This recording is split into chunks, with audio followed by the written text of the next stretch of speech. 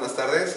Nos encontramos con el alumno Alejandro González Palma, quien es estudiante de la licenciatura en Criminología, al cual les vamos a hacer unas preguntas sobre el tema que es la pena de muerte. Joven Alejandro, la pena de muerte, o también llamada pena capital, ha existido a la par con la humanidad. Hay antecedentes desde la antigua Roma, pero actualmente este tema es muy discutido en todo el mundo. Hay algunos países que optan por realizar este castigo, si se puede decir, como lo son Estados Unidos, Afganistán, Siria, Libia, entre otros. Pero si bien hay que centrarnos nada más en México. Hay un antecedente en el cual hubo una iniciativa en el 2009 por parte del Partido Verde Ecologista, en el cual proponían legalizar la pena de muerte exclusivamente para violadores y homicidas, me parece. En cuanto a usted respecta, ¿qué opinión tiene sobre la pena de muerte? Pues para mí se me hace una medida muy efectiva si nos centramos en precisamente esos dos grupos, los que son violadores y los que son homicidas. En el caso de los homicidas, que lo que comúnmente se llama homicidas a sangre fría, homicidas seriales u homicidas pues a sueldo, gente que se dedica a matar gente, pues para mí sí es una respuesta viable, ¿no? el aplicarles este tipo de pena. Ok, entonces usted refiere que está a favor de la pena de muerte. Ahora bien, ¿cuáles son sus argumentos? ¿Por qué está a favor de la pena de muerte? Bueno, yo no he estudiado el tema siempre a fondo, pero sí tengo dos rubros interesantes. El primero, con respecto a el desarrollo del país y el desarrollo del sistema penitenciario. ¿A qué me refiero? Bueno, en México ocupa el 7º lugar a nivel mundial con sobrepoblación carcelaria. Y de este 7º lugar es porque en una cárcel tenemos 2.3 veces más reos de lo que la arquitectura nos permite tener. Hay un sobrecupo en todo. Exactamente, es decir, si tenemos 500 personas, una cárcel para 500 personas, tenemos dentro aproximadamente 1.600 reos. Entonces, pues imagínate, es compartir la celda con 4 o 5 personas, tu espacio limitado está bastante cerrado y bueno, ese es un lado, ¿no? El espacio físico. Y aparte, México, el año pasado, 2014 a enero del 2015, gastó 1.704 millones de pesos tan solo para mantener 21 cárceles federales. O sea, estamos hablando de que nuestros impuestos, una gran cantidad de ellos va para mantener estas instalaciones.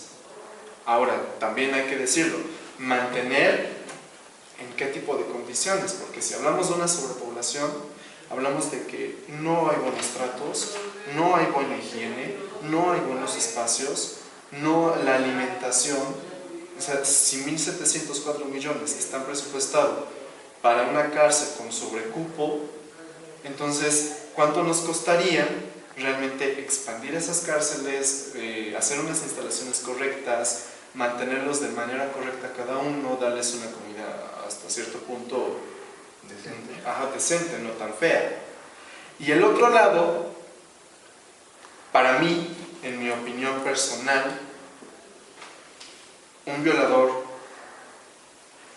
reincidente o serial y un asesino reincidente o serial no creo que tengan tratamiento. Para mí esas personas no van a salir a la sociedad después de 30 años para vivir bien, para readaptarse, para reinsertarse, para reformarse. Y esas mismas personas, por defender su derecho de vida o por estar en contra de la pena de muerte, les mandamos 100 años de cárcel, 70 años de cárcel a secuestradores, 80 años de cárcel, 3 penas acumuladas. El último caso que se nos registró, que no recuerdo muy bien, pero sonó ridículo en los periódicos. Sin embargo, fue real. A una persona la condenan a 560 años en prisión. Entonces, tenemos una sobrepoblación y para evitar la pena de muerte, los mandamos de por vida.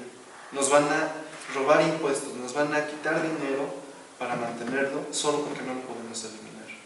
Eliminar suena muy feo, pero es la verdad. Entonces, más que nada, para mí esas son las dos vertientes por las que yo trabajaría para dar lugar a una discusión legítima sobre pena de muerte. Ok. Entonces, tu primer argumento se refiere más que nada a reducir la población de las cárceles, de los cerezos. Así es. Y por otro lado sería más que nada el sector económico. Es decir, todo el dinero que se junta por nuestros impuestos, utilizarlo, pero para agrandar los cerezos. No. O referías a darle trato digno a los condenados, a las personas. Así es. Mira, si yo no tengo por qué ampliar la cárcel, tengo que hacer un buen estudio. ¿En qué me refiero? ¿Cuántos violadores tengo en la cárcel? ¿Cuántos reincidentes? ¿Cuántos homicidios reincidentes o seriales tengo en la cárcel?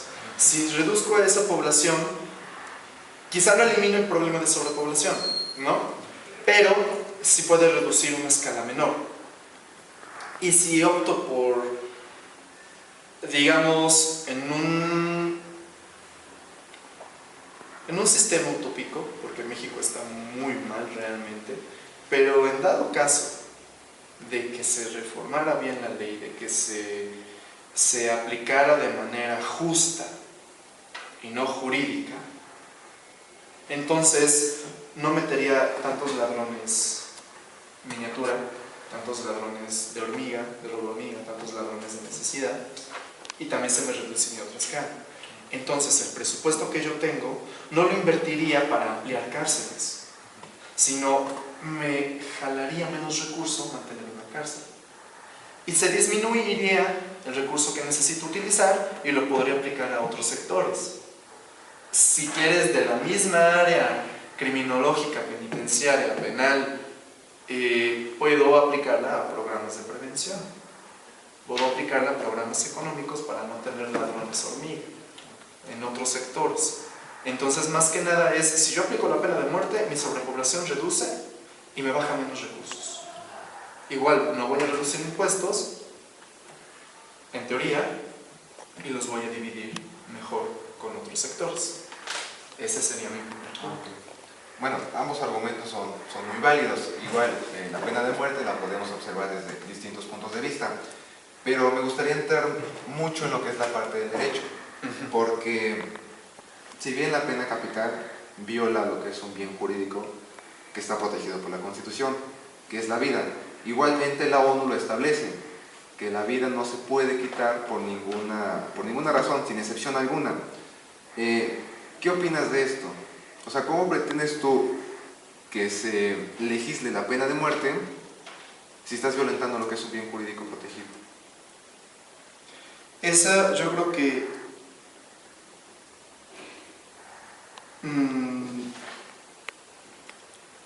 civilmente, no humanamente, civilmente, en un estado, como tú lo acabas de mencionar, el área jurídica pertenece a un estado de derecho, y el área de la ONU a los derechos inherentes, a los derechos humanos. Creo que esa es la única verdadera limitante que tenemos para la pena de muerte. Así te lo digo ahorita sin estadísticas, sin una investigación, pero sí te puedo asegurar que así como en las elecciones pasadas las votaciones estuvieron tan divididas, 30%, 30%, 27% y 10%, así está con la pena de muerte. Un 40-60, un 45-55, o sea, realmente hay opiniones encontradas en gran número de gente a favor y en contra. Entonces yo creo que la limitante que más tenemos es precisamente el Estado de Derecho, no violentar un bien jurídico tutelado y no violentar un derecho inherente del ser humano. La contraparte de este argumento es cómo sirven nuestros derechos humanos. Tenemos el caso que realmente a partir de este caso se volvió masivo lo que son los derechos humanos en el sistema penal no jurídico, en el sistema penal, Florence Cassés. Secuestradora, entra a la cárcel, se le dicta sentencia y entran derechos humanos. Y a raíz de que entran derechos humanos, muchísimas personas que van a estar sentenciadas apelan. Ahorita prácticamente meten un amparo, no funciona, vale, mete un derecho humano. Violentaron un derecho humano. ¿Cuál? No sé. Hay infinidad, los buscamos en la Constitución y ahora los abogados se centran más en buscar qué me violentaron, cómo violentaron a mi cliente, en vez de definir si es o no culpable. Y cómo puedo sacar a mi cliente en vez de demostrar su inocencia. No me importa si es inocente o no. Algo me violentaron y con eso yo me agarro. Entonces, tenemos dos vertientes. ¿Por qué los derechos humanos se centran tanto en defender el trato de ellos? Y no se centran en pensar que ellos quebrantaron esto. Entonces, es un tema que se tiene que discutir a la par, si no es que antes, que la pena de muerte. ¿Por qué? Tú y yo tenemos derechos humanos. Yo no tengo derecho a violentártelo, pero si lo hago, podría tener consecuencias jurídicas siempre y cuando alguien no me violente a mí. Entonces, prácticamente tú estás en desventaja, porque no te protege nada, la ley no te dice nada. A mí me dice que no debo hacer algo, o a mí me dice qué pasa si hago algo, pero a ti no te dice nada. En cambio a mí, que yo violento, me dice que yo hice algo y merezco algo, pero que tampoco me pueden hacer a mí. Y ahí sí la ley me ampara a mí para que nadie me haga nada. Entonces los derechos humanos para mí son o se están volviendo más un recurso jurídico que un recurso humano. Entonces, pues creo que a muchos nos cuesta trabajo definir cómo podríamos legislar los derechos humanos sin que podamos legislar la pena de muerte sin que podamos quebrantar los derechos humanos. Y otro, no se pueden equiparar los derechos humanos. El derecho a la vida no se puede equiparar con el derecho a la libertad. Entonces, ¿cómo yo te digo a ti, sabes qué? No te voy a matar, no te voy a quitar un bien jurídico, pero sí te quito otro. No te voy a quitar un derecho inherente, pero sí te voy a quitar otro. Entonces, ¿cuál es la lógica? ¿Cuál es la correspondencia? O sea, yo te quito un bien patrimonial y ahorita los que están apresando son, yo te quito 5 o 10 pesos y tú me quitas 5 o 10 años. ¿Cuál es el equivalente lógico? ¿Cuál es la secuencia lógica? Entonces, realmente tenemos que discutir acerca de qué tan bien están hechos nuestros derechos humanos, cuál es el procedimiento real que se hace para defender un derecho humano. Hablemos de la vida, hablemos de la libertad sexual y hablemos de la libertad. Porque si nos metemos a que no te puedo quitar la vida, tampoco te puedo quitar la libertad, porque es un derecho inherente y nos tira todo el sistema penitenciario y nos tira todas las cárceles. Entonces, a eso es mi opinión. Yo creo que los derechos humanos están mal en primera. El derecho jurídico no ha evolucionado en ese aspecto, está muy cerrado. Y la justicia está limitada. Y por tanto también la pena de muerte, y por tanto las víctimas, y por tanto también los mismos reales, ¿no? Porque estamos hablando de que los homicidas pues tienen el beneficio de estar ahí, vivos, con 3, 4 muertes, al lado de gente que solo dañó un bien patrimonial y que se le cuarta un derecho humano, que si bien antes era por jerarquías, la vida es más importante que la libertad es más importante que el patrimonio es más importante que la expresión. Ahorita ya no se puede cortar por jerarquías. En teoría ya todos los derechos humanos tienen la misma jerarquía solo por ser derechos humanos, porque pertenecen a la misma categoría. Entonces, ¿cuál es nuestra lógica? ¿Cómo vamos a crear? Si bien es cierto, vivimos en un Estado de Derecho, vivimos rodeados de derechos humanos, pero dejemos de lado esto. ¿No crees que al aplicar la pena de muerte habría un retroceso en nuestra sociedad, porque si bien, como dije antes, la pena de muerte ha existido desde hace años, entonces llegaríamos a lo que es la famosa ley del talión, ojo por ojo, diente por diente. Tú me mataste a una persona, yo te mato a ti. ¿No crees que había un retroceso entre nosotros?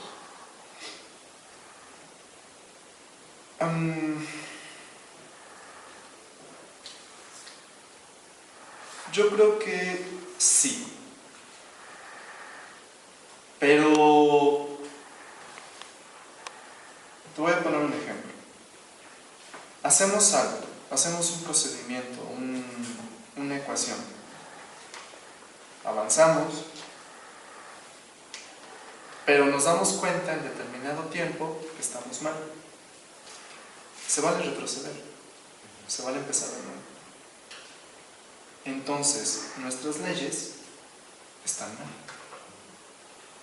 Tenemos una constitución de hace casi 100 años. Entonces, pues en primera, la sociedad no es la misma que hace 100 años. En segunda, no se ha hecho un estudio. ¿Por qué? Porque el argumento puede ser, pues no es la misma sociedad, pero también esta constitución se reformó. Sí, pero no están reformando las leyes. Están atenuando o están agravando, están creando nuevos delitos, están creando nuevos artículos. Establecieron también la delincuencia organizada dentro de la Constitución. Metieron la bola de derechos humanos al lado de las garantías individuales. Entonces lo único que estamos haciendo es parchando. Es cortar, pegar y pegar otra vez. Sí, claro. Perdón que te interrumpa, pero de hecho sí tienes razón. O sea, en la Constitución, me parece, de 1917 mencionaban la pena de muerte, haciendo excluyente nada más a los que eran, bueno, mencionaban nada más a los que traicionaban a la patria, eran homicidas y eran violadores. O sea, había un pequeño grupo de delitos los cuales eran contemplados nada más como meritorias de pena de muerte. Entonces, a lo que tú refieres es que actualmente ya hay varios delitos a los cuales se les podría aplicar. No, a lo que me refiero es que nuestras leyes se están parchando conforme a los fenómenos nuevos de la sociedad. Pero los fenómenos nuevos que significan un atentado contra la actual sociedad. Es decir, empiezan a matar 3, 4, 5, 6, 10, 20 mujeres. Es un fenómeno nuevo. ¿Qué es lo que pasa? Los grupos feministas de la sociedad reaccionan ante esto y le exigen al gobierno que tipifique una nueva ley antifeminicidio. ¿Qué es lo que hace el gobierno? Alguna vez escuché, el gobierno de México legisla conforme al miedo que le tiene al pueblo, no conforme a las necesidades. Es decir, para evitar que el pueblo se me levante porque tengo hasta el gorro de corrupción, les bajo focos rojos. Entonces creo el feminicidio. Entran los grupos no antifeministas, pero sí los grupos racionales que dicen, oye, estás menospreciando a los hombres. ¿Por qué? Porque ahora resulta que matar a un hombre es menos valioso que matar a una mujer. ¿En dónde queda la equidad de género? Estás siendo parcialista. Ah, tienes razón, entonces va a ser un agravante. Ok, pero el asesinato de un hombre por cuestión de género, nadie habla de eso. No se han hecho estudios de eso. El asesinato de un compañero de universidad cercano. O sea, si se da un nuevo fenómeno, también se va a convertir en agravante, en vez de estudiar realmente la sociedad y ver qué es lo que está pasando. ¿Cómo está nuestra sociedad? ¿Qué mentalidad tiene? Solo nos dedicamos a legislar, a parchar, a calmar los focos rojos y a parchar nuestras legislaciones o a incrementar artículos o penas, porque también eso es arraigado en México, que le tenemos miedo a los secuestradores. Bueno, salen criminólogos, salen en su momento sociólogos y salen en su momento previo psicólogos que te dicen no, porque de todos modos si lo tienes 50 años o 70 años pues va a dar lo mismo si no le das un tratamiento. Lo que se tiene que hacer es reducir esa segregación social y tratar esos daños psicológicos o sociales o criminológicos que tiene esta persona para que vuelva a integrarse en la sociedad. Pero ¿cómo reacciona el pueblo que no tiene cultura? No es que vas a dejar ir un secuestrador, es que vas a dejar ir un ladrón, es que lo va a volver a hacer. Entonces el Estado, en vez de contraponer la opinión del pueblo y decir no porque yo confío en mis criminólogos y no porque los estudios dicen esto, te digo está bien, te doy la vuelta y le metemos 70 años de cárcel, 80 años de cárcel a los secuestradores. Entonces, pues sí, realmente el gobierno legisla por miedo al pueblo, no por realmente necesidades. Entonces, una involución sí se realiza, pero también esta evolución que hemos tenido no ha sido favorable. Es una evolución que viene en picada, es una evolución que está quebrantando nuestra economía, nuestra civilidad, nuestra sociedad en general y nuestra ideología. Nos están quebrantando por todos lados y vamos para abajo. La corrupción ha ido incrementando. Si elimino mi sistema, si elimino mi partidocracia, no es una involución negativa, es una involución positiva porque desde acá estás yendo mal. Tienes que regenerar camino. Lo mismo pienso con las leyes.